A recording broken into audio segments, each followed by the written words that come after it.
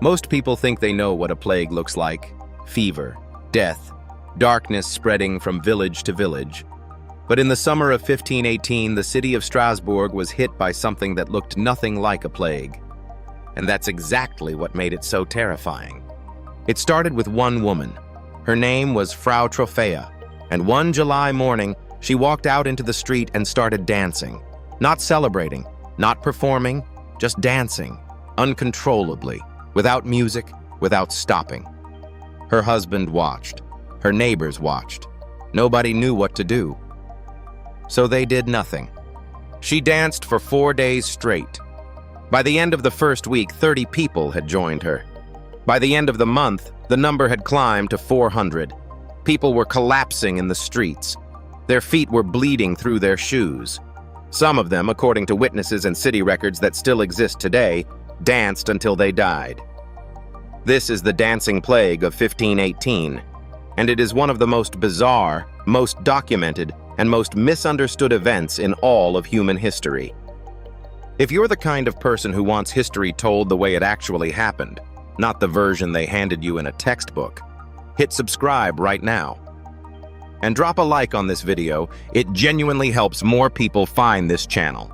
Also, I want to know where in the world you're watching this from. Drop your country or city in the comments. I read every single one. Here's what nobody tells you about the dancing plague of 1518. The city of Strasbourg didn't try to stop it. They made it worse, on purpose. When the city's physicians and magistrates saw hundreds of people dancing in the streets, bleeding from their feet, collapsing from exhaustion, they held a meeting. They looked at the evidence. They consulted the experts of their time, and their official conclusion, their actual documented civic response, was to build a stage. They hired musicians. They brought in professional dancers. They cleared out 2 guild halls and an open-air grain market and turned them into designated dancing spaces. The idea, as far as historians can tell, was that the dancing was caused by hot blood, and that the only way to cure it was to let it run its course. So instead of quarantine, they threw a party. Now here's the detail that nobody in your history class ever mentioned. This wasn't the first time something like this happened. There were outbreaks recorded in 1374 in the Rhine Valley, another in the 13th century. People dancing in cemeteries, in churches, across entire towns. Medieval Europe had a recurring epidemic that made people lose complete control of their own bodies, and for 500 years, nobody could explain why. Until recently. And the answer is far darker than the dancing itself. Here's the part that should genuinely unsettle you. The dancing plague of 1518 didn't happen in a vacuum. It didn't strike randomly. It hit Strasbourg at a very specific moment in history, during one of the worst stretches of famine, disease, and social collapse the region had ever seen. People were starving. Syphilis was sweeping through the population. The harvests had failed multiple years in a row, and a local saint, Saint Vitus, was believed to have the power to curse people with exactly this kind of uncontrollable movement as punishment for sin. So what you actually have is this: a city full of people who were physically malnourished, psychologically terrified, spiritually convinced that God was punishing them, watching their neighbors convulse in the streets. And then their own bodies started doing the same thing. The question isn't what caused the dancing. The question is, what does it mean that it spread? What does it tell us about the human mind, about fear, about the way suffering moves through a community when nobody in charge knows how to stop it? Because I'd argue what happened in Strasbourg in 1518 isn't as far from the modern world as you'd like to believe. And that is exactly what we're going to unpack right now. If you've heard of the dancing plague of 1518 at all, here's probably the version you got. It's a historical curiosity, a weird footnote, something the medieval period is trotted out for whenever someone wants to remind you that people back then were superstitious and strange. The story goes something like this. A woman in Strasbourg started dancing. Other people joined in because of some combination of mass hysteria and religious delusion. A bunch of them got exhausted, and eventually it stopped. Case closed. Isn't history weird? That's the comfortable version. The version that lets us feel safely removed from the whole thing, like we're looking at it through museum glass. To somewhere between 50 and 400 people, to somewhere between 50 and 400 people, depending on which historical account you consult. The city did respond by building designated dancing spaces and hiring musicians. People did reportedly die. And by September, the dancing had stopped almost as suddenly as it had started. What's missing from that version is almost everything that matters. The why, the who, the devastating policy failures, and the deeply human story buried underneath 5 centuries of people treating this event like a punchline instead of a tragedy. To understand the dancing plague, you have to understand what Strasbourg actually looked like in the summer of 1518. Because this was not a prosperous, stable city stumbling into a strange moment. This was a community that had been systematically broken down over years. The harvests in the years leading up to 1518 had failed repeatedly across the Rhine Valley region. We're talking about genuine famine-level food scarcity, not inconvenience, not rising prices, but people who genuinely did not have enough to eat. Alongside the famine, syphilis had been tearing through European populations since the late 1490s, and it was particularly brutal in urban centers like Strasbourg, where people lived in close quarters. Smallpox was still a constant threat. The plague, the actual bubonic plague, had made multiple appearances in the region within living memory of almost everyone alive in 1518. And layered on top of all of that physical suffering was an intense, pervasive, and deeply sincere religious terror. The people of Strasbourg genuinely believed that Saint Vitus, a Christian martyr whose feast day had become associated with convulsive movement and involuntary dancing, could curse individuals and communities with exactly this affliction as divine punishment for their sins. So you have starving, sick, sleep-deprived people living in a city soaked in religious dread, watching a neighbor dance uncontrollably in the street, and carrying in their bodies the absolute biological certainty that this could happen to them. That combination is not a footnote. That is a pressure cooker. If you want more untold history told exactly like this, make sure you're subscribed to History Behind the Scenes. Now let's talk about the people involved, because they are not the caricatures that history has made them. Frau Trophea is the name that appears most consistently in the historical record as Patient Zero, though even that framing flattens her. We know almost nothing about her as a person. We don't know her first name with certainty. We don't know her age. What we do know is that she was a woman living in one of the most stressful environments imaginable, and that she began dancing in a way that her husband clearly found alarming and incomprehensible.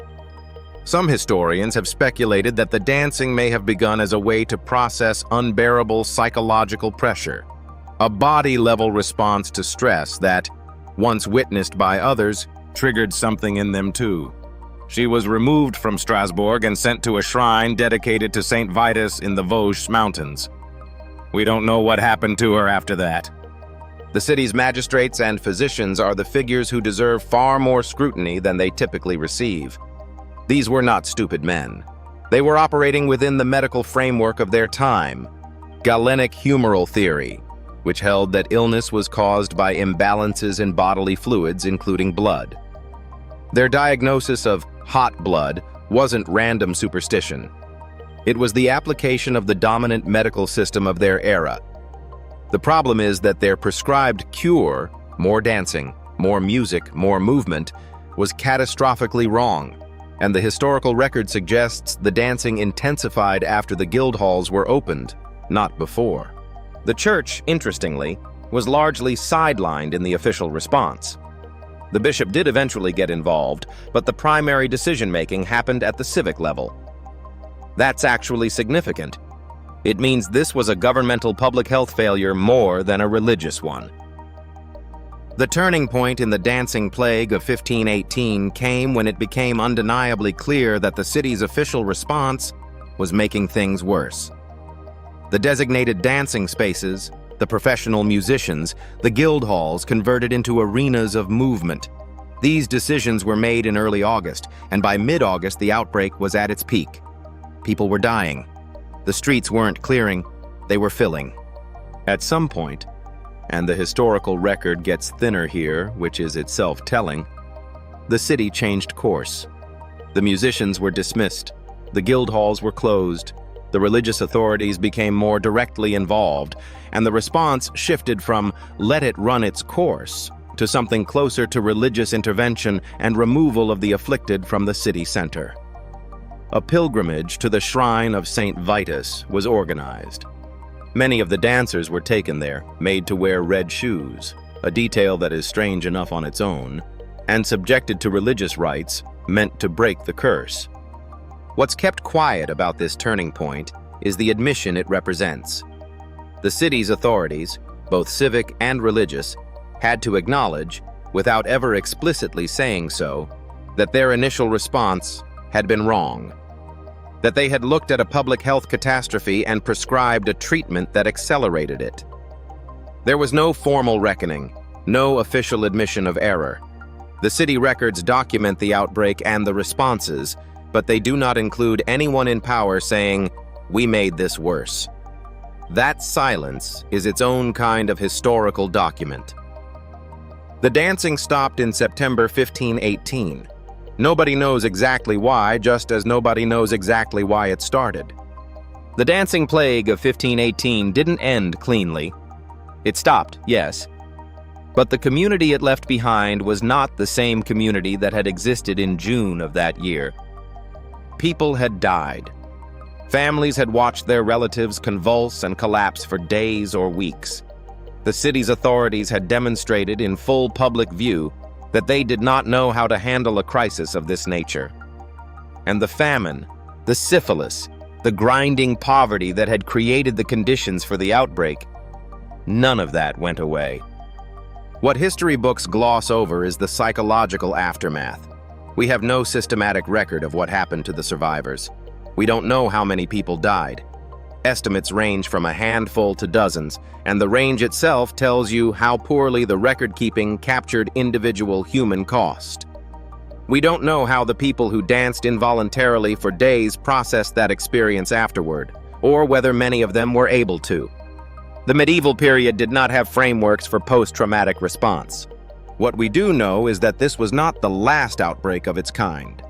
Dancing manias were recorded across medieval Europe in 1374, 1375, 1381, 1418, and multiple other dates both before and after 1518. Each one represented a community under extreme pressure reaching a breaking point. Each one was treated as a local anomaly rather than as evidence of a systemic pattern.